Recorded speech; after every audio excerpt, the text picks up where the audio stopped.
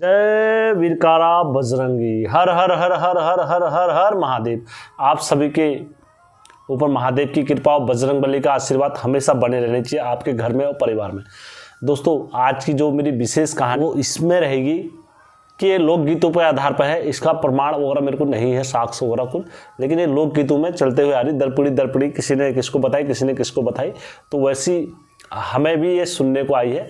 तो कई जगह जागर पद्धतियों में इसके वही मैं आप लोगों के बीच में समक्ष रख रहा हूँ, और इसमें कहीं भी मुझसे टूटी या कुछ भी कमी रह जाएगी तो मैं आप लोगों से क्षमा चाहता हूँ। आपसे रिक्वेस्ट करना चाहूँगा, यदि जिस किसी भाई के पास भी सच्ची कहानी है उत्तराखंड से रिलेटेड, कुछ भी अगर ऐसी भगवान ने चमत्कार कराया आप लोगों के घर में, या किसी भगवान ने, देवी देवता ने, हनुमान जी ने, भगवान जी ने, गोलजू ने, किसी ने भी अगर आपके वहाँ पर चमत्कार करा है और आपकी रक्षा करी है, तो आप मेरे चैनल के माध्यम से उन लोगों तक पहुँचा सकते हो। आप मुझे जितनी अनुमति दोगे मैं उतना ही अपने वीडियो में रखता हूँ, और उससे अधिक रखने का प्रयास भी नहीं करता हूँ। दोस्तों, हमेशा की तरह चैनल में आगे बढ़ने से पहले मेरे चैनल का इंट्रो।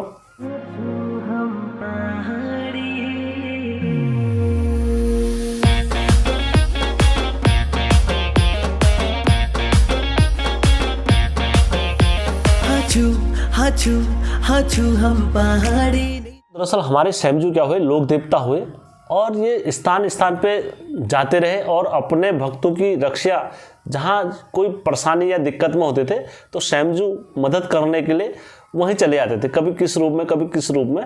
तो ऐसी जो मेरी आज की कहानी है इसी पर आधारित है कि सैमजू को डोटीगढ़ कैसे जाना पड़ गया और क्यों गए, और वहाँ इनने क्या चमत्कार करे, कैसे लोगों का न्याय करा। दोस्तों, यदि आप लोगों को इस बारे में विशेष जानकारी चाहिए या कुछ भी अगर आप और अधिक जानना चाहते हो तो आप हमारे टेलीग्राम लिंक को ज्वाइन कर सकते हो। वहाँ पर गढ़वाल, कुमाऊँ, हर क्षेत्र से हमारे भाई लोग जुड़े हुए हैं, उत्तराखंड देवभूमि से।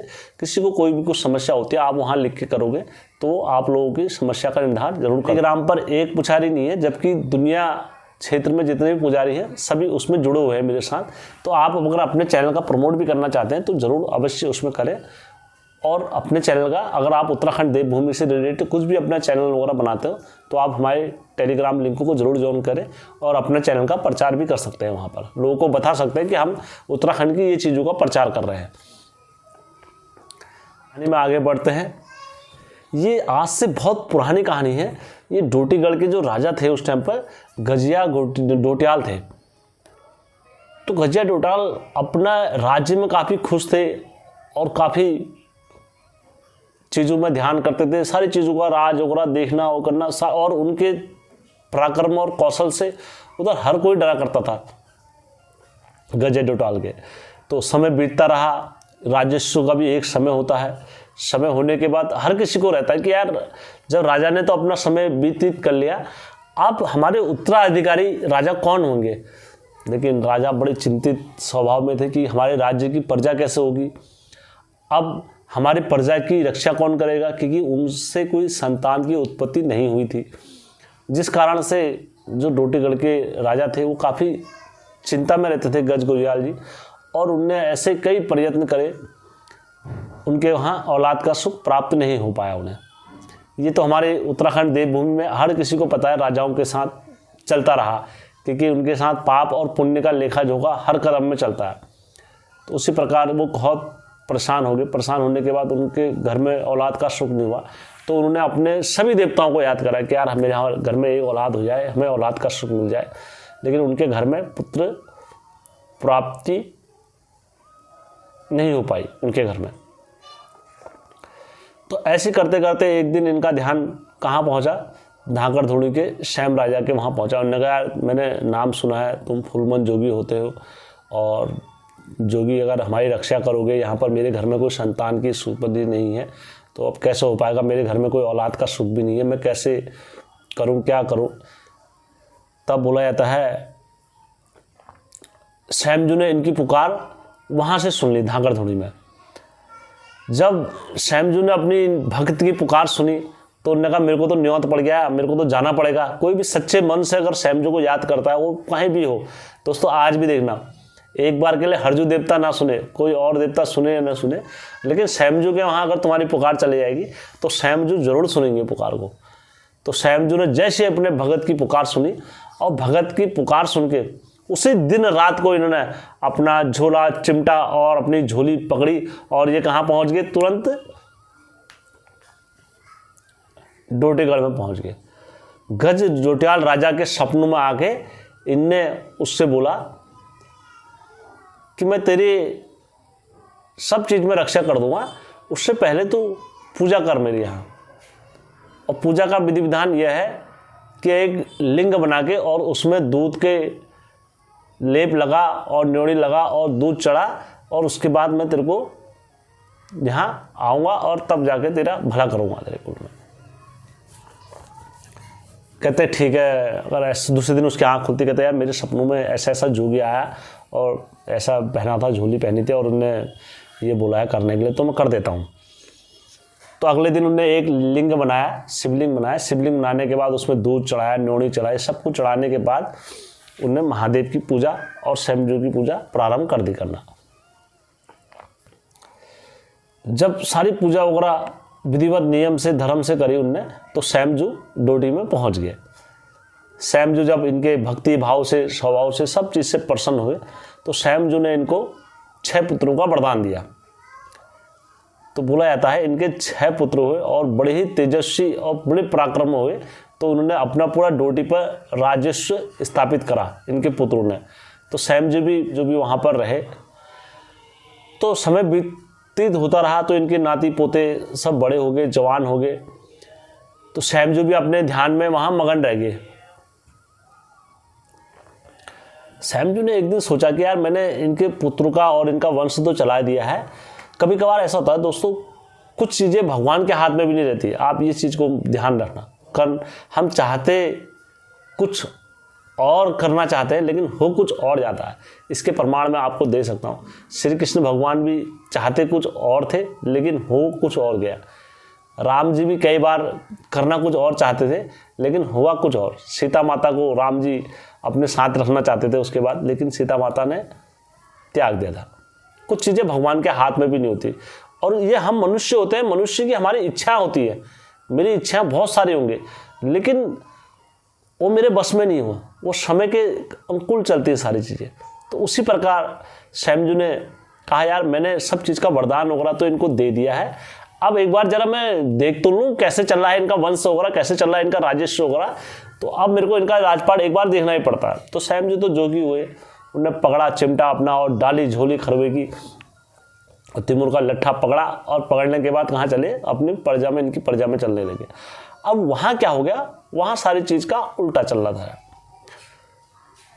बाप खेतों में हल बहा रहा था, लड़का घर में पड़ा था।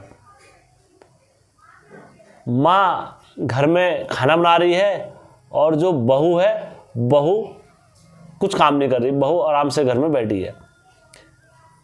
सब चीज़ का उल्टा चल रहा था जी। बहनें जो मर्जी आ रही वो कर रही है और घर में लड़के पूरे बंदिश में कर दिए। ये सारी चीज़ों का उल्टा विरोध चल रहा था। तो स्वयंजू ने ये देखा सारी चीज़, स्वयंजू बड़ी देख के दंग रह गए। उन्होंने कहा ये कैसे हो रहा है, मैंने तो एक अच्छी ड्यूटी बनाई थी और अच्छा मेरा संकल्प था, लेकिन यहाँ तो सब उल्टा ही हो रहा है। स्वयंजू को इसका बुरा लग गया। अब स्वयंजू कुछ कर भी नहीं सकते थे, क्योंकि जिस चीज़ को तुम बनाते हो तो उनके लिए उल्टा करोगे तो फिर बनाए का फ़ायदा क्या होता है। तो स्वयंजू ने अपना झोला चिमटा और ये सारी चीज़ें पकड़ा, खरवे की झोली, और ये पकड़ने के बाद कहाँ को आगे वापसी अपने नगर को आने लग गए। जब आते आते स्वयंजू काफ़ी थक जाते हैं, इन पर चलने की ताकत भी नहीं रहती। तो डोटी कुरिया गांव में जब स्वयंजू जब पहुंचते हैं वहाँ पर, तो स्वयंजू पहुँचने के बाद वहाँ पर बैठते हैं। तो वहाँ के स्थानीय लोगों से कहते हैं यार कोई मुझे पानी दे दो, कोई मुझे पानी दे दो, मुझे पानी दे दो। तो कोई भी इनको वहाँ पानी नहीं देता स्वयंजू को। स्वयंजू बड़े परेशान हो गए, तो कहते यार मैंने इतनी दूर से आ रहा हूँ और एक जोगी को यहाँ कोई पानी पिलाने वाला नहीं है, बताओ, डोटी कुरिया गाँव में। तो इतने में एक कोड़ी होता है जिसका नाम कलिंगा होता है।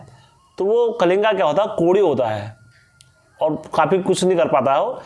तो स्वयंजू को वो पानी देता है, कहता स्वयंजू ये पानी आप लो, और क्या नाम कहते हैं, पानी पीते हैं। स्वयंजू पानी पीने के बाद जरा होश में आते हैं और सैमजू को होश में आने के बाद सैमजू को बड़ा गुस्सा आया था। कहता है इस गांव में एक संत और जोगी के लिए पानी नहीं है। मैं इस गांव को पूरा श्राप देता हूं, डोटी कोरिया गांव को, कि इस गांव में कोई भी 18 की उम्र पार नहीं कर पाएगा, 18 की उम्र पार नहीं कर पाएगा। और ये कह के कमंडल से जल फेंकते और सैमजू अपना पकड़ते झोला चिमटा और वहां से आगे चल देते और उसको स्वस्थ कर देते हैं। जिसको कोढ़ हुआ था उसको स्वस्थ करके सैमजू अपना झोला चिमटा पकड़ के आगे को चले जाते हैं। तो बोला जाता है डोटी कोरिया गांव में 18 साल का जैसे कोई लड़का होता था वो मर जाता था। ये कई वर्षों तक, मतलब आज भी अगर आप उस गांव में जाओगे तो आप जाके पूछ सकते हो कि ये कहानी सत्य है या असत्य है, क्योंकि वहाँ के स्थानीय लोगों ने इस चीज़ को झेला है तो वो अच्छे से आप लोगों को बता सकते हैं। तो सैमजू अपना झोला चिमटा पकड़ के आगे को आने लगे, क्योंकि संत आदमी हुए, रफ्ता जोगी बहता पानी, एक जगह पर कभी नहीं रहता है। सांप और जोगी इनका कहीं घर ठिकाना नहीं होता है। इन्होंने पकड़ के अपना आगे को चलते रहे। जोगी जी को कहीं ठहरने का ठिकाना नहीं मिला तो जोगी जी थक जाते हैं। तो आगे जाकर सोया खेत में पहुंच जाते हैं। सोया खेत में इतने बड़े बड़े धान हो रहे होते हैं, आदमी से भी बड़े बड़े धान हो रहे होते हैं वहां पर। तो सैमजू को वो धान क्या कर देते हैं, आगे नहीं बढ़ने देते हैं। सैमजू उन्हीं में जाके गिर जाते हैं, उन्हीं में जाके अलग जाते हैं। जैसे आगे बढ़ते हैं तो फिर गिर जाते हैं, सैमजू फिर जैसे आगे बढ़ते हैं तो गिर जाते हैं। ऐसे करते करते सैमजू का इन धानों ने रास्ता रोक दिया। तो सैमजू पहले तो अपना रास्ता देखते अंत में जब रास्ता इनको सैम देवता को जब रास्ता नहीं मिलता है तो सैम देवता बहुत ही क्रोधित होते हैं। एक बार फिर सैमजू का क्रोध 7वें आसमान में चढ़ता है और बढ़ते हैं कमंडल में जल। उन्होंने कहा जाओ, ये सोगा खेत में आज बाद धान या होंगे ही नहीं। तो बोला जाता है उस गांव में आज तक धान नहीं होते हैं, सोए खेत। तो ये कहावत भी है, डोटी कोरिया गांव में झन हो औलाद और सोए खेत में धन हो धान। तो ऐसा मतलब सैमजू के बारे में बोला जाता है। तो सैमजू ने अपना फिर झोला झिमटा पकड़ के वो धान सारे नतमस्तक हो जाते हैं, लेट जाते हैं और सैमजू अपना झोला झिमटा पकड़ते हैं और फिर आगे को निकल के कहाँ पहुँच जाते हैं, अपने झाकड़ धुनी में आ जाते हैं और वहाँ पर विराजमान होके फिर ध्यान में मगन हो जाते हैं। तो दोस्तों बोलो धाकड़ धुड़ी श्याम राजा मामू की जय, बोलो सकनी श्याम राजा की जय। यदि कहानी में मुझसे कहीं पर भी या टूटी या कुछ भी कमी अगर रह गई होगी तो आप मेरे कमेंट बॉक्स में मुझे बता सकते हो टूटी करने के लिए। और यदि आप लोगों के पास कोई ऐसी सच्ची कहानी, कुछ भी सैमजू से रिलेटेड कुछ भी है, देवी देवताओं की कहानी है, तो आप लोग मुझे भेज सकते हो। तो मैं ज़रूर आप लोगों के बीच में वो कहानी रखूँगा दोस्तों। धन्यवाद दोस्तों।